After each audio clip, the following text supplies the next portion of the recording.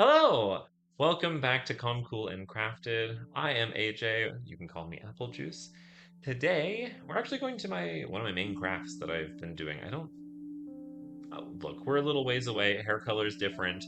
We I don't know if I've done a crochet project on the channel yet, but this has been my main craft.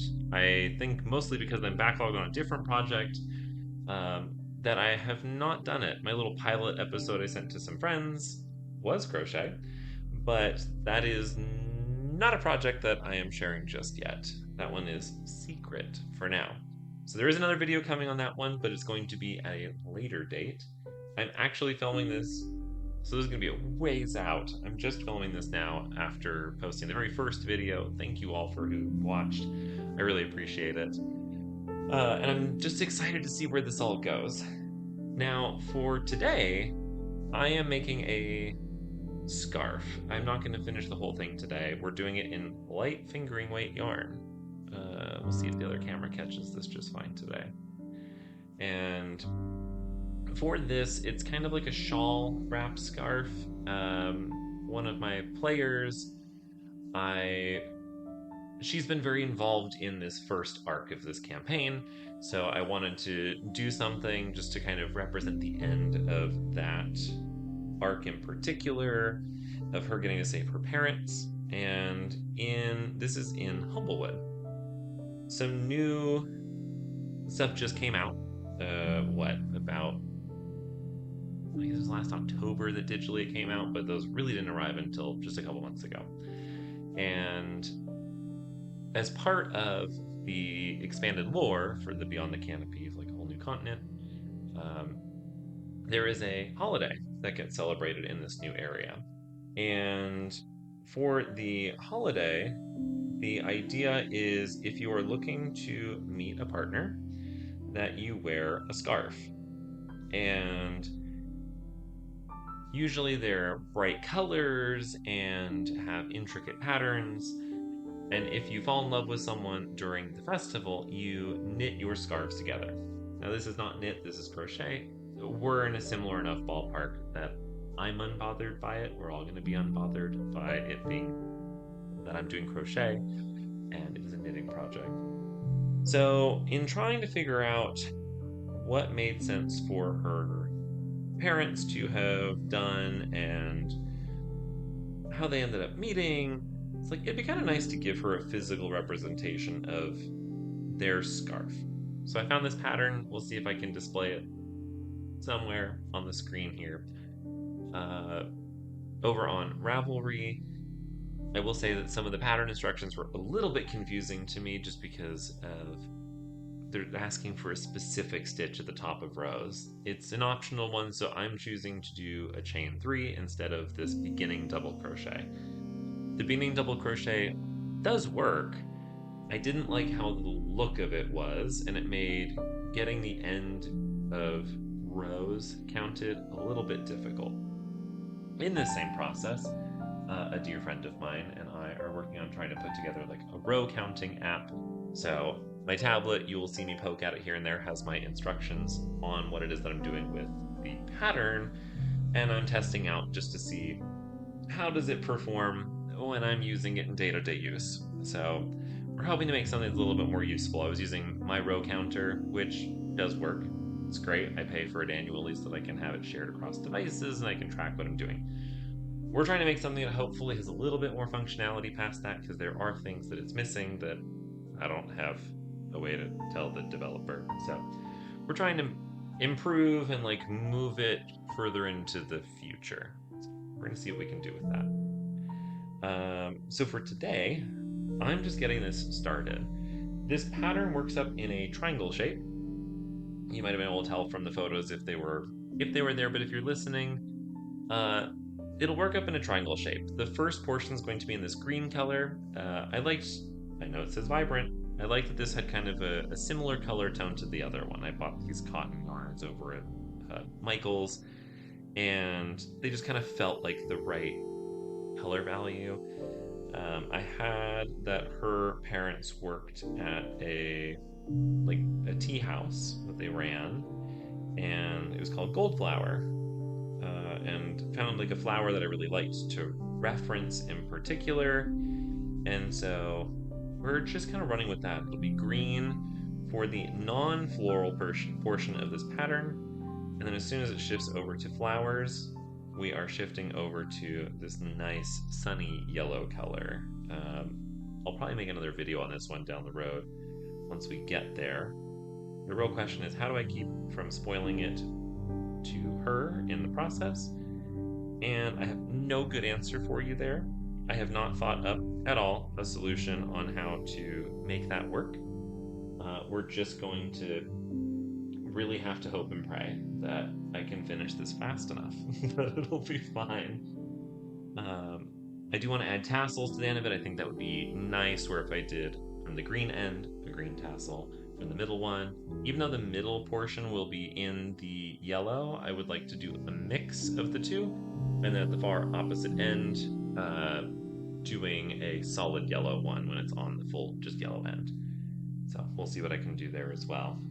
But this just works up as a big flag. Reading the pattern as a person who's done enough crochet, this was actually surprisingly confusing to start.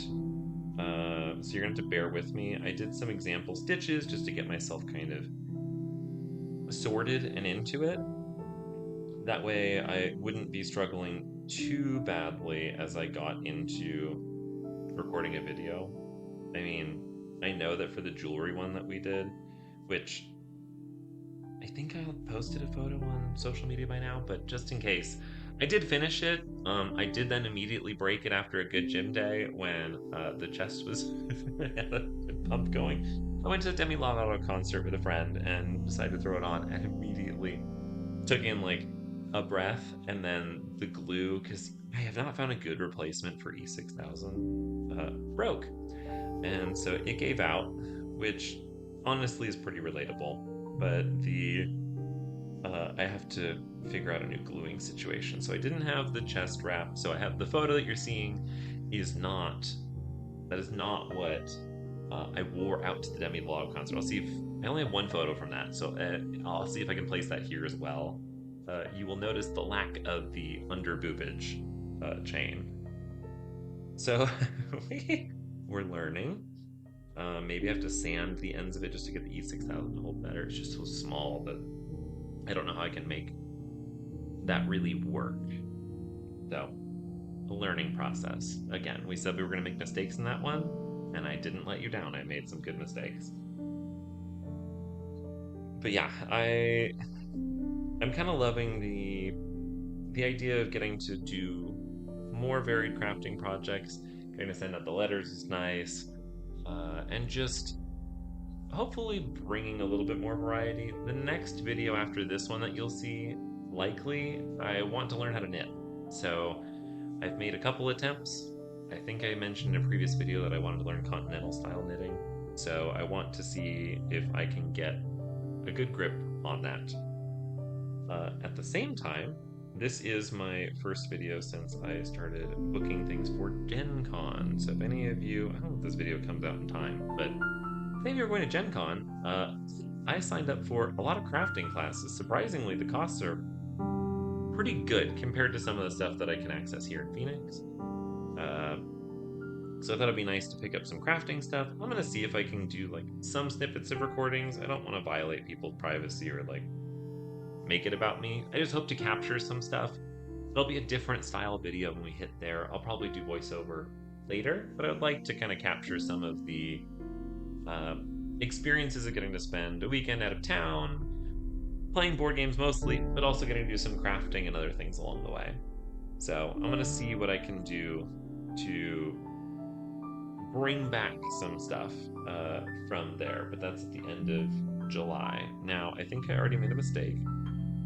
No, I'm doing it right. So sorry, please bear with me. But yeah, I'm really looking forward to getting to spend some time learning new skills. So one of the ones I signed up for that I signed up for a couple actually in this category is doing some chainmail. It's like this. It's a skill I've wanted to learn to be able to incorporate into some cosplay things, which I don't think I'm going to do any videos on cosplay stuff because honestly, I don't have the time to home make everything this year. It's just going to be cosplaying for the fun of it, not for like competition purposes or something. So I am just going to be working on getting things together for that. But I'm like, who doesn't want that? So one of the classes is uh, getting to learn to make like a chainmail dice pouch. Another one is making a bracelet. I have one that's making a pendant piece, a Byzantine star style pendant. So we're learning a lot of things while I can. There's a goldsmithing class, like you're not using bellows to heat up metal, you're just banging it with a hammer because it's a thinner cut of metal. And so I think I'm going to make myself some stuff during that process. Some of the things I want to make just for the experience of it, and I'll see if there's materials available that remind me of people that I can kind of prep ahead of time into like a present we like to get ahead of the holidays. I know one of the next crochet videos that I'm going to put out, depending on where the other secret project lands on timing, uh, is another holiday project. So that one has to be the plan. It's very hard. I don't know how other creators do it. I don't know uh, what makes it work to make something and have people that you know and care about watching your content and have it still be a surprise in time for the holidays, at least from a crafting perspective. I know like a lot of other people on YouTube for crochet end up doing a fair bit of other content besides holiday projects, talking about things that they've bumped into recently, things that are happening in the crafting world. There are many options that we could pick on. I mostly want to stick within this category though, since I just kind of want to see where this leads me personally. And so I don't know if it will be easy for me to plan around things that I'm making as gifts.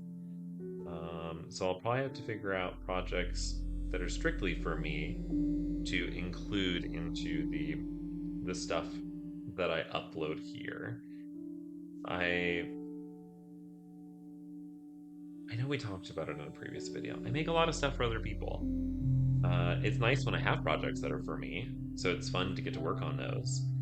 But I often enjoy getting to share what it is that I've made with other people.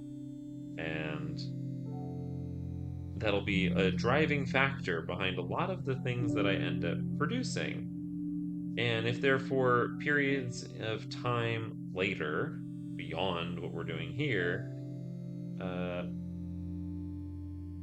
it can be a little challenging to find the right way to hand over a gift to people that, you know, they may have already seen because it's been posted onto some form of social media. On the other end of that, trying to figure out how to produce short related content, things like on Instagram Reels or YouTube Shorts. Uh, I don't want to do quick cuts of things that I'm presently working on, especially because with my schedule, I'm trying to prep content a good bit in advance. Right now, we're what? Very end of May. This probably is going to come out in July, uh, based off of how many videos I have kind of banked and backlogged. Um, so we're a little ways out just because with travel and other things, I don't want to fall behind. I'd like to keep it consistent. We're here to be like in a crafting Wednesday. I have lots of works in progress, so it feels like we're doing Wednesdays along with the other crafters. Uh, and so I really want to find the right balance of keeping up with recording things and planning things for the future, keeping certain things under wraps. Different people have different birthday windows and other things like that. So hopefully I can find the right mix of things to provide content at a good pace that I'm enjoying. Obviously, I hope that you all enjoy it too. But you know, finding a good mix that makes everybody happy. Wouldn't that be so nice?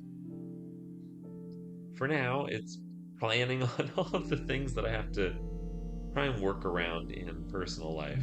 Playing in a D&D campaign, running a D&D campaign, Choir is still going on. We have that for another couple of weeks.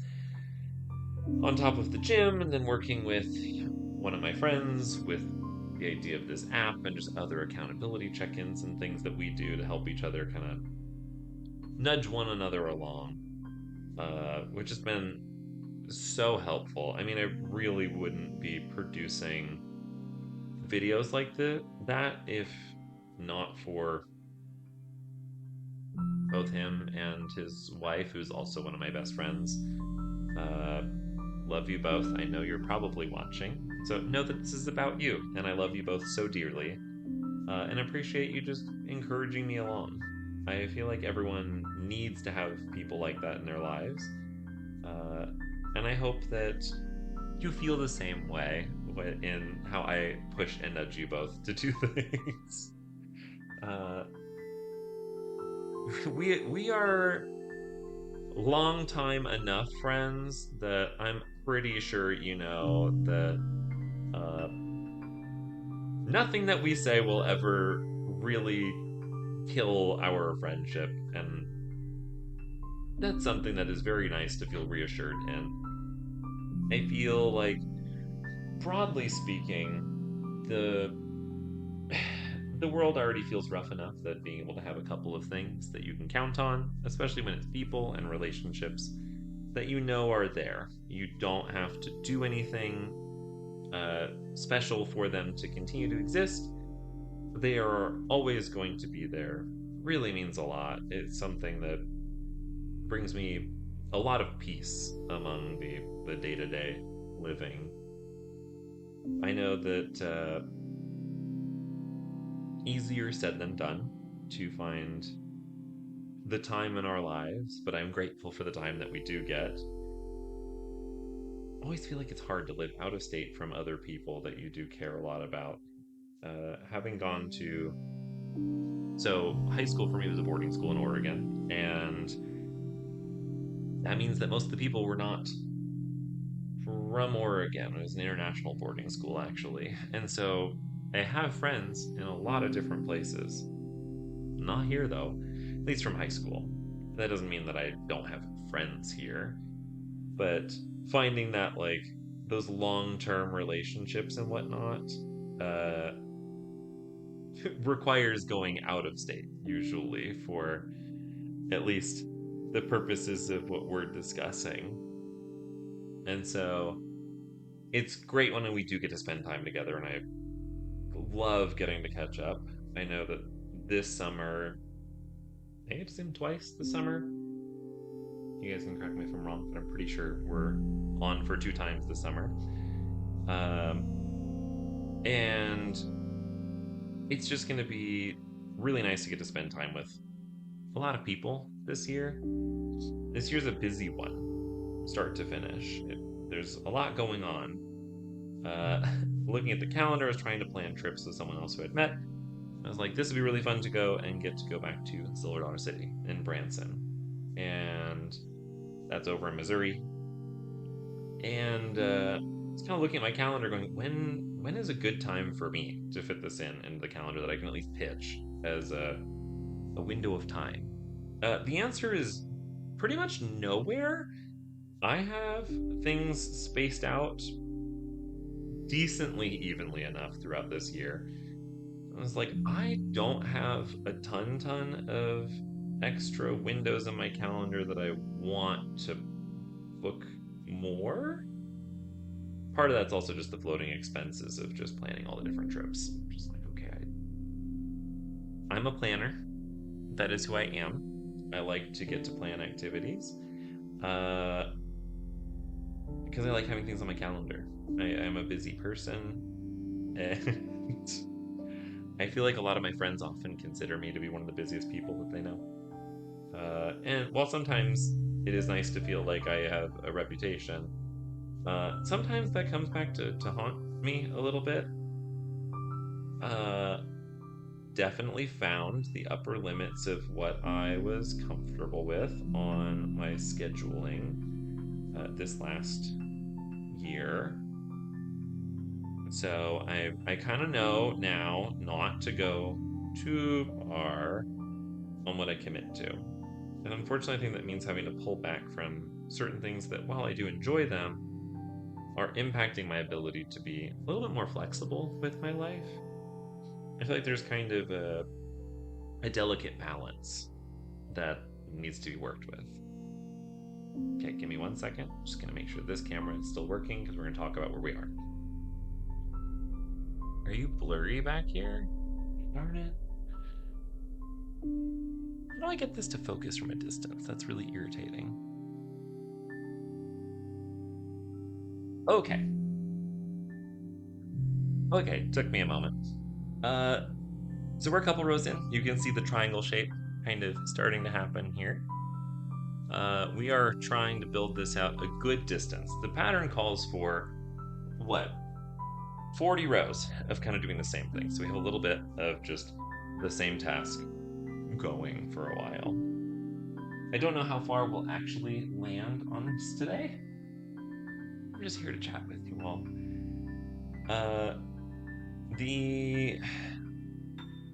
I have other projects planned for my other D&D stuff. I mean, I have a lot of ideas of what I would like to do. It's a matter of making time for all of the crafting activities. Once my bigger project is done, which hopefully I'll get to share videos on that. It's what I made my pilot video about. Maybe at some point, if there's enough people who enjoy watching, maybe that's something that makes sense to throw in like a Patreon of like, oh, here's some extra stuff. Or unedited things. But honestly, I keep it pretty unedited, if you can't tell by the amount of problems and mistakes that we have along the way. But maybe it would do better if we cut things down slightly. But I'm hoping to have a total of 3 videos out. So 2 more on that project, just because it has taken me a substantial amount of time. I think right now I'm at about 117 hours into that project. I don't have any content of earlier on in that project, but we'll be grateful for the content that we do have on it later. I think I'm just going to enjoy getting to talk about it for the sake of recording my own thoughts and memories in that window of time, something that I could come back to down the road and enjoy getting to look back on, just because I've not undertaken a project of that size before.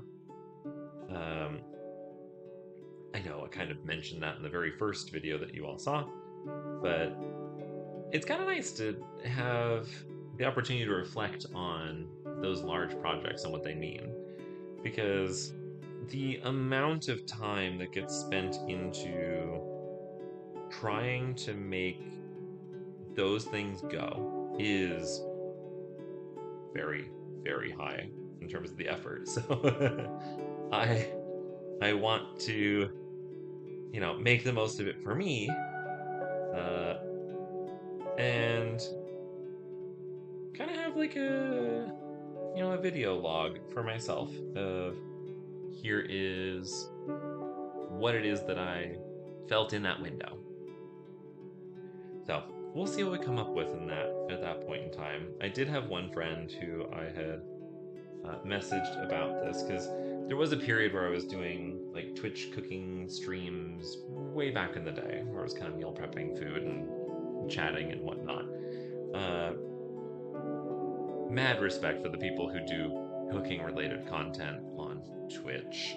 I found that needing the amount of organization required to fit it into my life and have it go smoothly, that was really something else. It was a lot of effort. Because you kind of want to keep things moving decently enough. Twitch is a very different platform than YouTube, and maybe at some point it makes sense to do something like live streams with this, of just like, come hang, and then we just take the stream VODs, I guess, and turn them into videos. But for now, I think I'm content with just focusing on this, considering I haven't even tackled the short form content portion of things, which probably matters just for the sake of like, oh, if I want this to reach more people. But I don't know. This channel kind of, not that you all as viewers or listeners do not matter in this case, but for me, this channel started as an activity that I wanted to do for me and thought maybe others would enjoy tagging along for the ride. So, as best as I can, trying to be hopefully entertaining and babbling on for a while. I feel like I need the certified yapper type of like shirt or title. Uh, I uh, kind of am pursuing this selfishly, just like I'm doing the stuff that I want to do. If you enjoy watching, that's great, and if not, that's super okay too. Hopefully, if it's something you do enjoy, I can earn your subscription or like on the video. Obviously, if there are things that you want to tell me, engaging in the comments is certainly always appreciated. YouTube's algorithm is its own beast. So I don't know how to win that algorithm, but certainly I would love to produce more content. But time and life and schedules kind of make that not as feasible right now. Uh, Hell, it'd be great to just get to like sit down and record videos daily because there's always something that I want to be working on. I want to make more things. So it would be lovely to get to build to that opportunity down the road if that was possible. But even if not, I'm just kind of happy to be here. So thank you all for listening and paying attention. Now, I did not keep track of my rows, so I'm just going to do a quick count. 2, 3, 4, 5, 6, 7, 8, 9, 10, 11, 12. Okay. Got it. Does that make sense? Yes, it does. All right, great. We were only one off on my count. I'm proud of me. But yeah, I feel like I have a lot coming up on the calendar with life and whatnot. Uh, Very much looking forward to getting to do some more exploration, getting to take a trip with my brother, getting to go to Gen Con, trying to plan some additional activities in the in between while I'm in town. Uh, it's been interesting. So, over Memorial Day weekend, which is not the weekend, like it's last weekend, I got to hang out with friends a couple of times, and one of the things that I had done intermittently last year was getting people together to go out and play board games because in Phoenix we have a place called Gamers Guild. They have a couple locations here.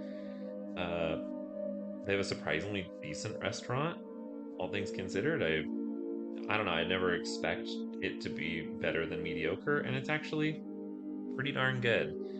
And so I actually had friends asking like, when is that going to be organized again? So I think that's something that I'll have to throw into my needs to plan category and just throw some dates out there and get it out early enough for people to plan around. Because I love getting to play board games. And I feel like a lot of times when I hang out with friends who, yes, they do enjoy board games, but there are always people within the broader groups who maybe don't want, I don't want to call them complicated board games. That sounds like a negative. When really I'm saying this more as like it's not, Uno or games people are already very familiar with, like Monopoly. Even though a lot of people play Monopoly wrong, apparently. Um, but the idea being like I want to play and try new games, which will require learning a whole new set of rules and playing something that requires a little bit more thought and attention. I like getting to do that. I understand that's not for everybody, and so I'm trying to find the space to have people go hang out, play a couple board games, try new board games, learn new things. I need to train up my own personal army of board game players. And I think that's what I've appreciated about Gen Con. Not that I'm the one who trained the people at Gen Con, they are certainly helping me learn how to be a better board gamer. But it's just when you know enough systems for board games, they kind of talk to each other in a way. There's lots of things that can become self-referential of going, oh, this game. Like last year, the biggest game, I think, in terms of what got talked about the most was Lightning Train. If you talk to people who play enough board games, you might be able just to say, this is like if you took Quacks, or Quacks of Quedlinburg, as it used to be called, along with Ticket to Ride, and you added in a little bit of management. You're gonna have basically the system of the game that you can start there and you'll be 80% of the way through the rules, and it's just getting through the those like specific scenarios of what can you or can't you do. And it's something real nice getting to hang with people who are very fast at picking up your games because of that. Okay, good. I thought I made a mistake. So sorry for the delay here. Uh, every other row has to start with a different quantity of stitches. So, like, I leave hanging stitches over here, and I skip the very first one so that there's room to pack 2 stitches into the top of this on the way back. So, you gotta make sure you're doing it right. But yeah, so it's nice to get to play board games with a lot of other people. I don't know if I have photos. The friends that I've made along the way, he sent me some photos last year from when we were playing Cat Tower, which I had never played games like that, and so that group of people had shown me there was a different one that was competitive, but this one was cooperative, and so this was unique and debuting last year at Gen Con. What a strange ride! It was such a great time. I think they were one of the really earliest people to buy it and then bring it into the JW Marriott, because the JW Marriott, one of the ballrooms, gets used very heavily after the convention hall closes for people to go play their board games. Uh, and so we had taken over a table and we're playing this. It is a cooperative, I'd almost call it a card stacking game. It comes with its own cards, so we had to spend the time punching them out and folding them because they have specific like crease lines that you need to fold them on, and they have different sizes to them, and some are wildly different in terms of their size and shape. And you draw cards, and it tells you what you need to add to this tower and what you need to do if you need to add cats or whatever else.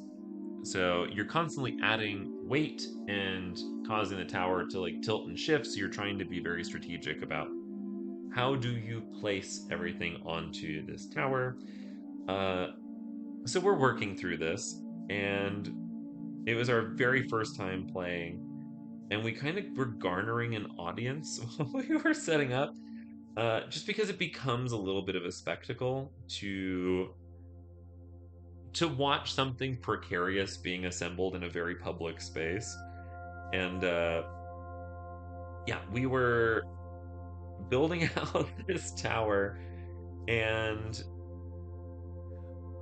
my lord, it was just, we did not win. It was our very first game. I think that is what the recording is of. Uh, but the reaction when we did lose from the tables around us, it felt very, for those of you who were on, Tumblr back in the day, of the and everybody clapped type of thing that you could poke fun at people for saying, just like, oh, sure, it really happened, and everybody clapped. But the tables around us legitimately did start clapping, uh, just because people kept checking in between their turns in their own board games.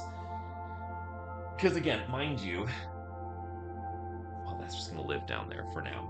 Uh, that this is a ballroom. There are tables set up pretty much wall to wall for people to plop down and play games with people.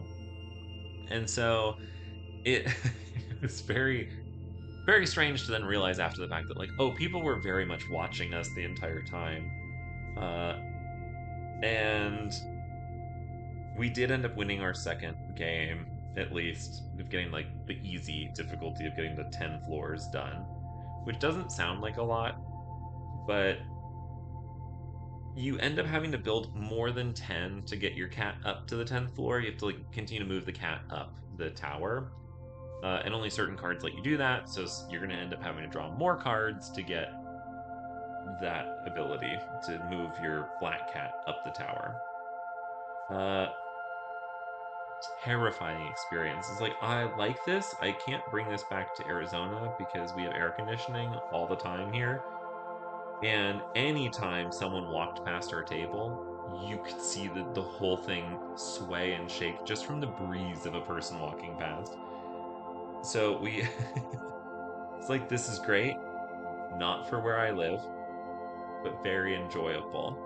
If you live somewhere where like the temperatures are moderate and it felt like a great game for as kids start to hit like 8 to 10 or beyond and the fine motor skills are kind of sharpening up, uh, of like a fun family type of board game. In this case, there's a bunch of gays playing, but it was still a great time to get to just stress with your friends over them having to precariously balance things.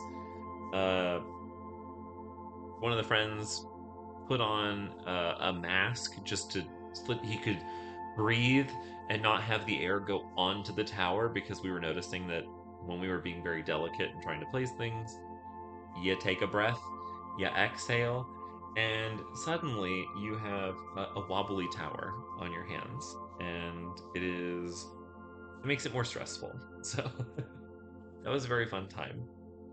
Um, I know the other highlight was a new friend I'd met during that window who we were playing a game that evening. It was getting very late. I think it's Matsuri. I could be wrong. Um, I'll see. I'll see if I can put up the correct one on the screen for everybody. But it's a cooperative game. I would almost call it a. It's not really a trick-taking game. You're trying to point. You can only see other people's hands. Let's start with that. Everyone holds up their cards in front of their face, like on their forehead, and everyone else can see what they have. They cannot see it. You cannot see what you have yourself. So people are trying to give you clues, and they can tell you by spending tokens which things that you have. They can only tell you one characteristic about it. Like, oh, you have this is a 1, or this card is blue, because of different colors and sets that you have to build out. And when it's a really good choice for an end of the night game when everyone's super tired and people are not keeping good track anymore of what's there. And so he was having a time of it. We gave him the information that he had. I think at the time it was just 1-1. Because we were trying to get him to play that 1. So you want to like tell him because we need to start with a 1. And that information did not stick. But that's normal here and there throughout the course of these games. It's like, oh, it doesn't. Some stuff gets forgotten along the way. It just became more comical when he continued to draw 1s because he kept playing the wrong card, which is sometimes it worked out. Like it just happened to fall into place by luck. But playing the wrong card is detrimental in this setting. And he got to the point where he had a 3 and then 3 1s. And I remember we got to the point that one of his friends recorded asking, like, so what information do you know about your hand? And he points to the 3 and goes, I'm pretty sure this is a 1. It was the only one that could have been wrong. Everything else is technically correct if you point to any other card in his hand. Editing AJ here, so we're going to jump over to a clip from this moment because I do have video footage. I asked for permission from him to share it just because I don't want to share things without someone's permission. So we're just gonna hop over there. Enjoy this 30 to 40 seconds of what the chaos felt like to be there. He needs to able to read. What do you know about your hand? I think this is my one. Oh my god! What do you know about your hand?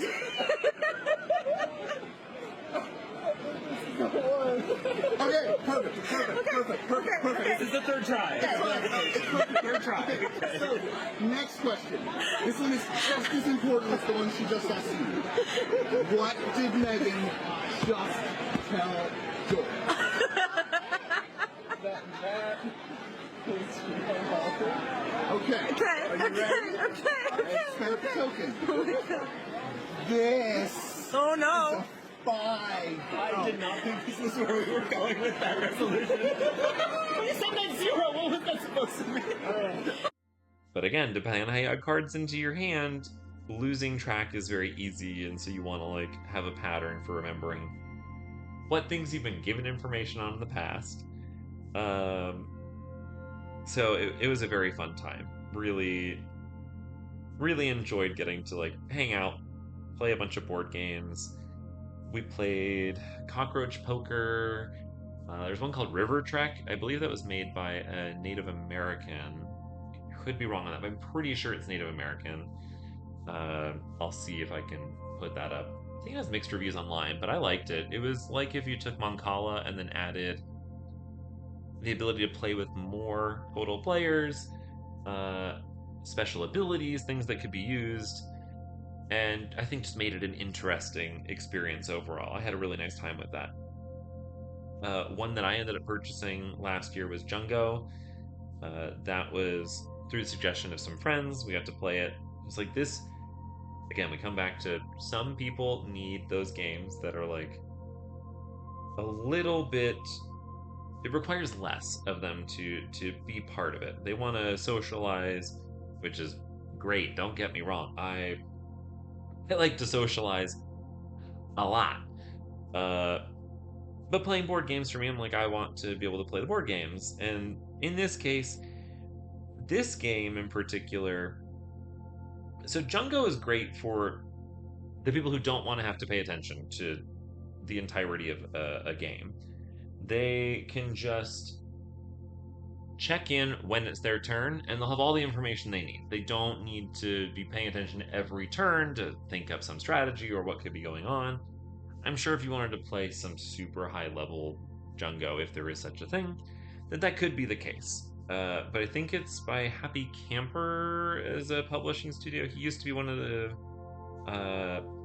developers at Game Right, which is a really big board game company. And then things happened, and he started his own game development brand, and so started with some card games in particular. I think we played all 3 of them because he had 3 at the time. But Jungo was sitting in like the right spot, and I like that the premise of it. It feels painful for those of us who like to organize our hands.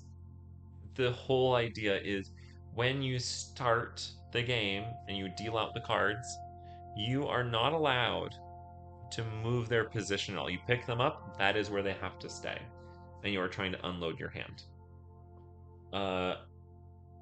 So it was painful to not rearrange my cards. But again, it makes it just really easy. All you're doing is you just start going. You have to keep escalating the numbers. Once you hit the highest number, which in this case is 8, you need to go to pairs. So like if someone plays a 7 and you don't have an 8, you just jump into pairs. If you have a pair and they have to be seated next to each other in your hand, you can play those. And so you are deciding how to get rid of cards in your hand to open up your ability to play more and more higher sized hands. And anytime that you win a hand, you get to decide, do I want to take the cards that I just beat? It's like the very last set that was played. So all you have to do is when it's your turn, you check what's out on the table.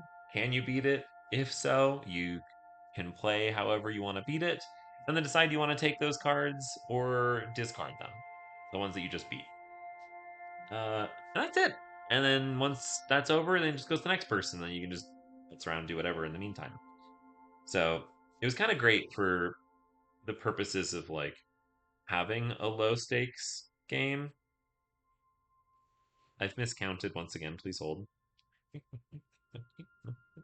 I keep giving myself a lot of credit for rows that I didn't complete. It makes it really exciting. Uh, so we're done. Yeah, so we're on to row 16. So I shouldn't have done that at the end of this row. Should have just been that. Yeah. That's better. It was looking odd. At least we caught it before we finished a whole row, okay? Nothing is worse than when you're like 2 rows past where you made a mistake and then you go, oh, I made a mistake. Then your life kind of feels a little bit ruined for a few minutes.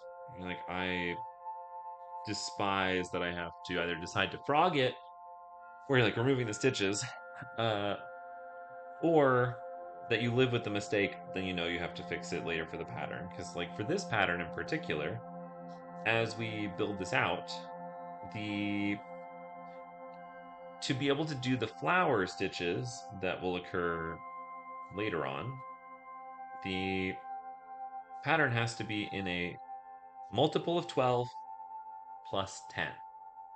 So you'd have to do a specific amount of extra rows to get the math just right. And I don't want to have to do more than I need to fix that. So we're just kind of we're going with the flow.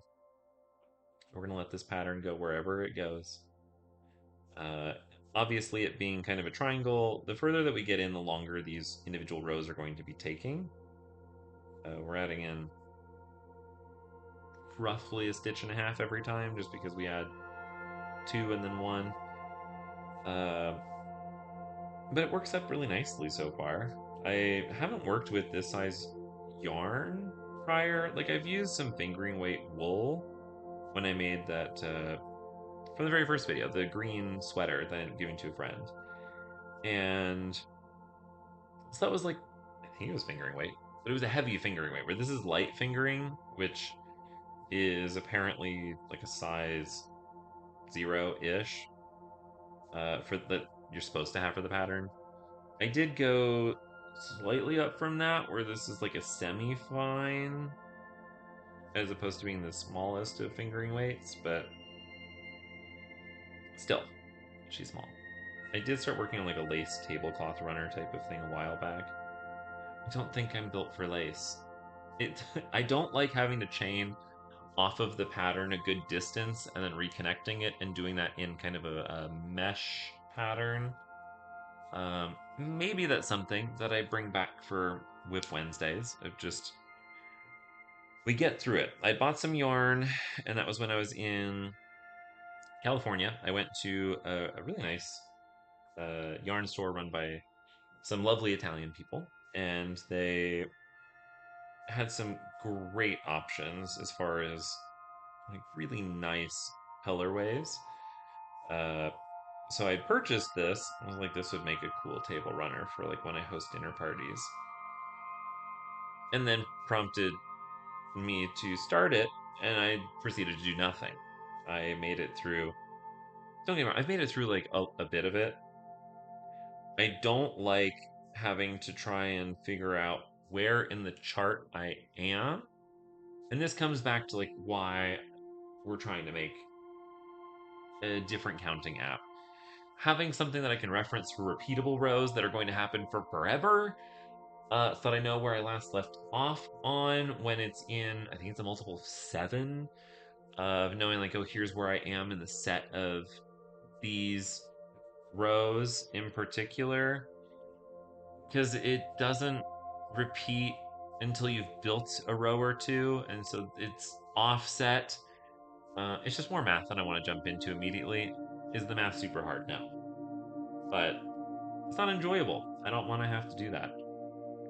And so having something that I can customize and have like reference things of like, oh, I'm setting a custom repeat value that then will display like you're doing this row right now, but it'll still increment the larger thing at the top. It's like you have done this many rows, here's where you are in the sequence of the repeat, right? And that way it's just easier to read and jump back in.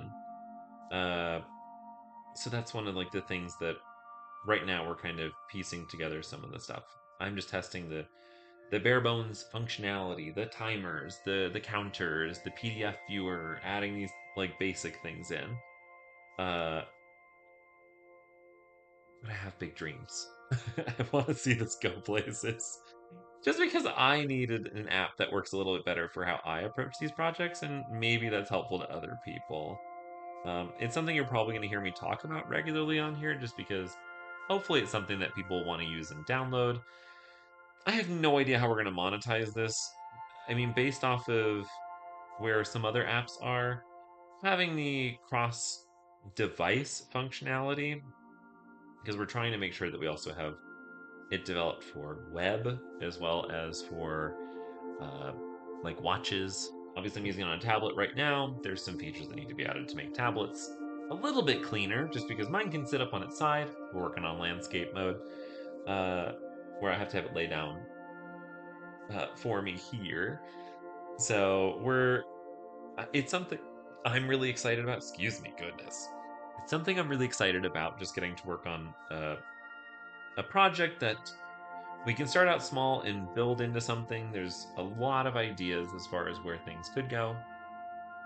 Obviously, if you're within the fiber art space and you have strong opinions on what needs to be part of a project tracking app, like a row counter of some. Sorry, the camera just turned off. The row counter functionality. Please let us know. Love feedback. Let me go and restart this camera so that we have our secondary view, so I can swap between it so you can see where we are, because while you can see it from far away here, I don't know if this makes it easier to see the work that I'm doing. I'm just going to make sure that I include it so we have different angles. Okay, we're back. Crisis averted. Really, I've just been keeping the timer on. We've bumped into this through the other videos. I've been trying to make sure the camera doesn't overheat, because we keep the live view on for it. Nikon is a little bit oddball, but I didn't want to damage the camera potentially permanently having the live view on for forever. So I'm trying it at increasing amounts of timers to make sure that I can check the temperature of the camera so that it doesn't damage any internal parts. So that's your really long-winded explanation for the reason why I occasionally have to deal with cuts in the video. Is that this camera right over here, you don't want to really cooperate with me the best. This is just on a cell phone up here, so good job keeping it running. My phone usually feels very warm by the time that we're done with recording these, because again, I ramble for like an hour or so, and I think we're at about 50 minutes presently, if this timer is to be believed. I guess we'll find out if the timer is accurate to where we are in the video. Pretty good. Oh, but yeah, I'm excited to have something to hopefully bring into the crafting space as a person who has been doing this for a couple of years, at least on my own. Of like, there are things that just don't work great for me that would be nice to have.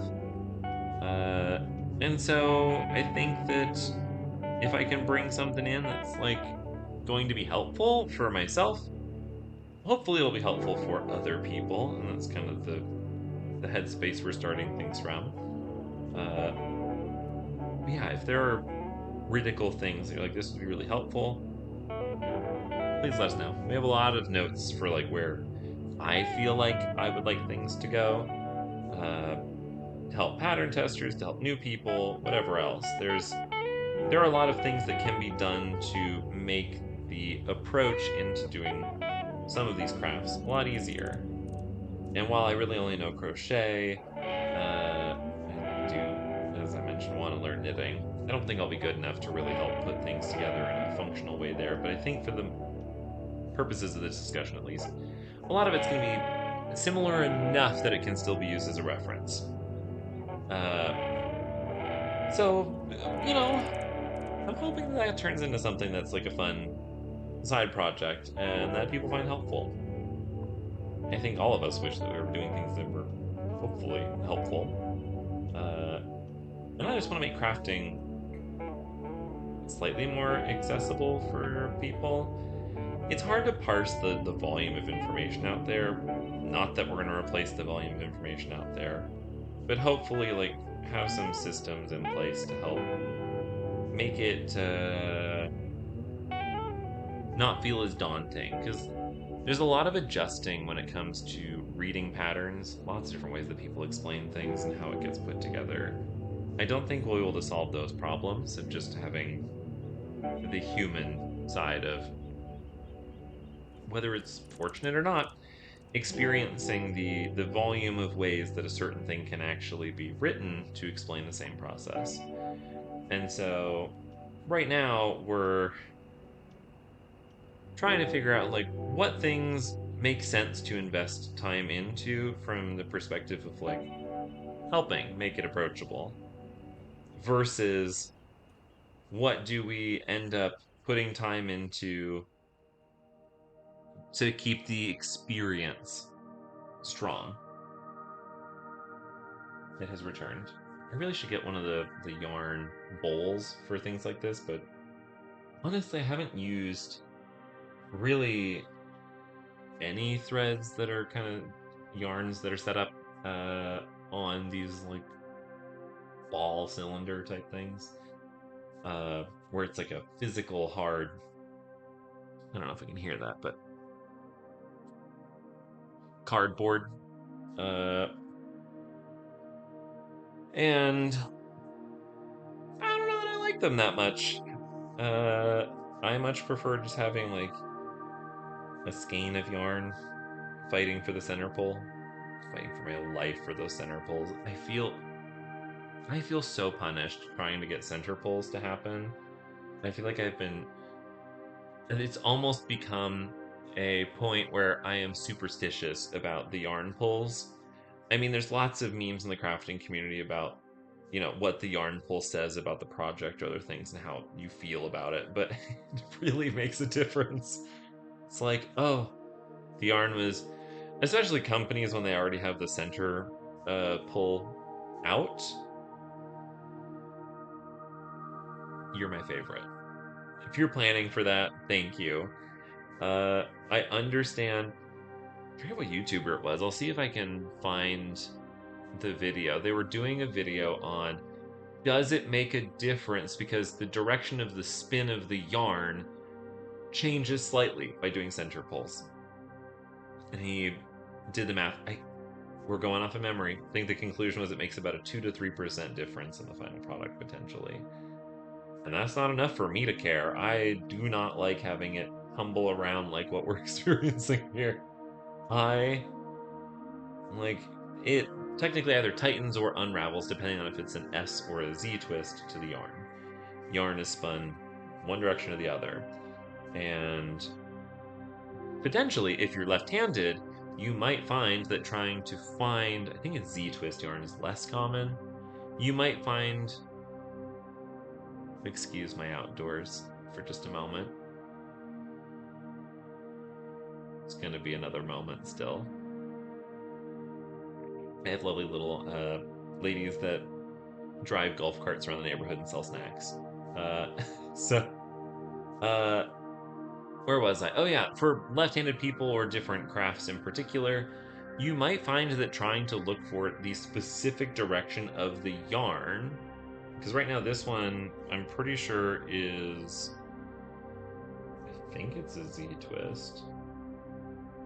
I'll have to look it back up. I don't pay super tight attention, but there is the potential that if you run into splitting yarn a lot in the craft that you're doing, the direction in which it is spun could be part of that, just because when we are feeding the yarn through in the process of making things, it can loosen up that tension a little bit because we're going in a direction that opposes where it was originally twisted. So there were suggestions for some left-handed people, if you're hopping into the crafts, to potentially look for yarns that are spun in a direction that will favor the direction you're going. Because I know that knitting and crochet also go in opposite directions. So for crochet, you're more likely to get yarn splitting, just because knitting is a little bit better, historically speaking, better known and planned for. I mean, most clothing that we wear is knit, so you're not going to find crochet clothing out in the wild very frequently. And that means that you will experience certain yarns very differently depending on what craft you're doing and depending on your own like preferences of I'm right-handed, so I end up enjoying a specific type of yarn. If you're left-handed, you may end up preferring a different type of yarn.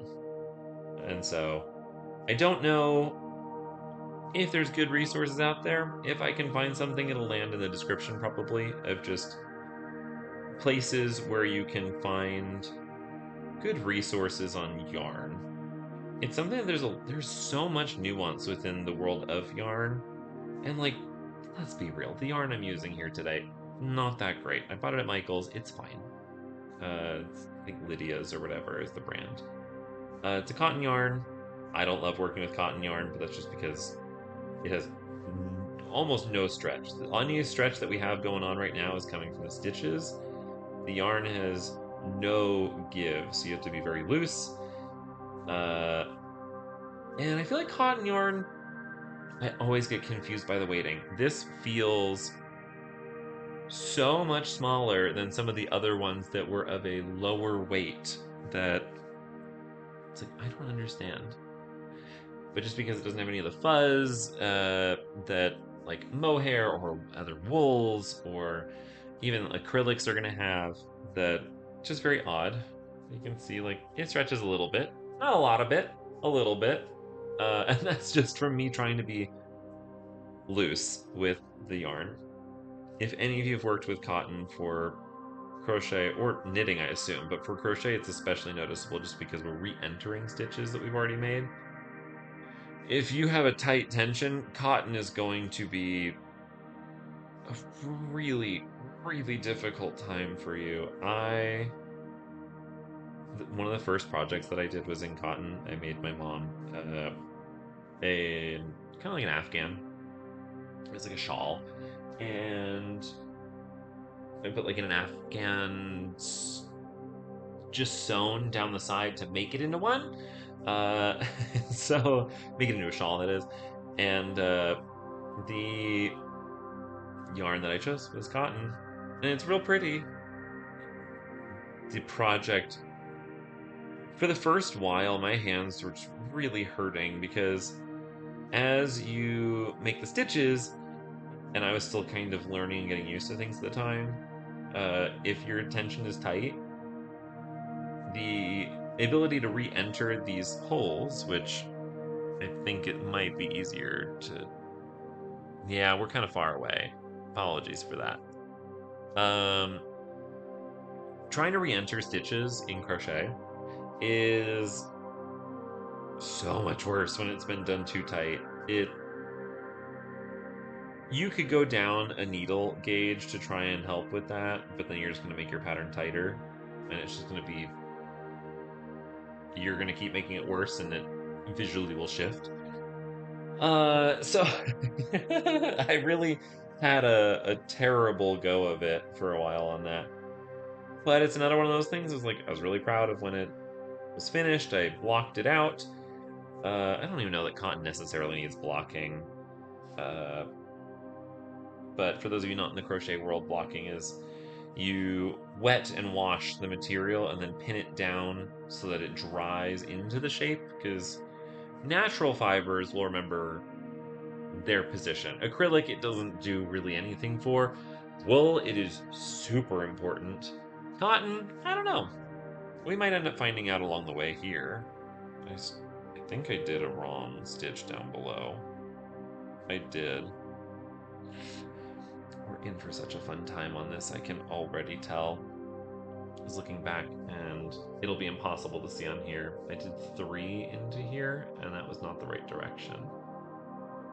So, how are we going to fix that? We're going to do less on the next row that comes back that same direction. So, you know, we make mistakes. It happens in every pattern. I think that gosh, I can't remember if that was in the pilot one or not. So apologies if I sound like I'm just repeating myself. The mistakes are part of the process that I think makes the project actually feel human in a way of just going like, yeah, it wasn't perfect, but that's kind of where handicrafts will often land, is in this state of a little bit imperfect. I don't think it's going to be noticeable in the end. I notice it just because I know what I'm looking for, and I had a feeling that I had messed up one of them, and that's how I wound up on an off count. But just didn't see it in time, and that's okay. I don't want to go back like 12 rows. So instead, fortunately this pattern has a chart, a grid, maybe is a more appropriate term, detailing out how many stitches you should have in each row.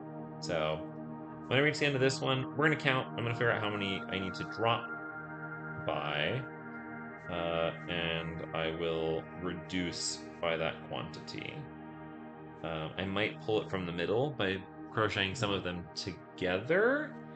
That way I can reduce, not from the outside, because right now it's building up appropriately heading out, but it's this portion down here where it kind of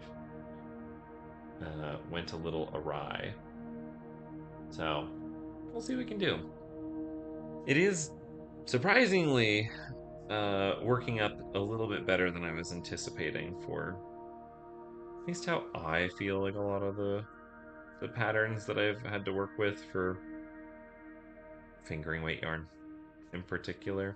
So it's nice to build something that feels, I'd almost describe it as like handkerchief in its the weight that it feels right now. And I kind of appreciate that. But let's do a quick count since I'm reaching the end of this row. And I won't make you sit through that while I figure out what I need to do to drop out the extra, I believe it's 2 extra stitches that I've placed in at this point, because it was a set of 3 that I threw in the wrong direction. So give me just a second, I'll be right back.